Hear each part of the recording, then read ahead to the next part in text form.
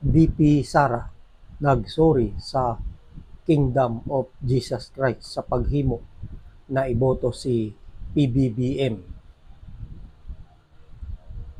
Inihayag ni Vice President Sara Duterte sa unang pagkakataon ang kanyang pagsisisi na sinuportahan niya si Pangulong Ferdinand Bongbong Marcos Jr. noong 2022 national elections. Ito ay matapos humingi ng tawad ang Vice Presidente sa lahat ng miyembro ng Kingdom of Jesus Christ dahil hinikayat at pinakiusapan umano niya ang mga ito na iboto si Marcos noong tumatakbo pa lamang ito bilang Pangulo ng Bansa. Nais kong humingi ng kapatawaran sa lahat ng miyembro, deboto at bumubuo ng Kingdom of Jesus Christ sa paghihikayat at pakiusap ko sa inyong iboto si Bongbong Marcos Jr.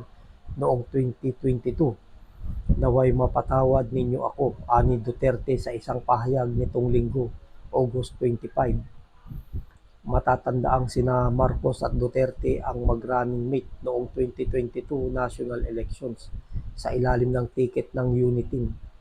Muli namang naging usap-usapan ang pagkabuwag ng Uniteam matapos magbitiw si Duterte bilang miyembro ng gabinete ni Marcos at dahil sa hindi niya pagdalo sa naging State of the Nation address o SONA nitong nakaraang July.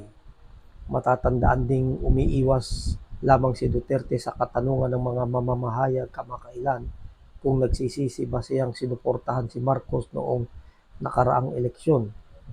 Ang naturang pahayag ni Duterte kahapon ay nangyari sa gitna ng kanyang pagkondena sa naging pagpasok ng nasa 2,000 pulis nitong Sabado, August 24 upang isilbi ang arrest warrant ni Kibuloy at ang mga kapwa-akusado nito. Bagamat hindi niya tinututulan ang implementasyon ng warrant ay hindi naman katanggap-tanggap ang umano'y karahasan sa mga sibilyan at mga miyembro ng religious group.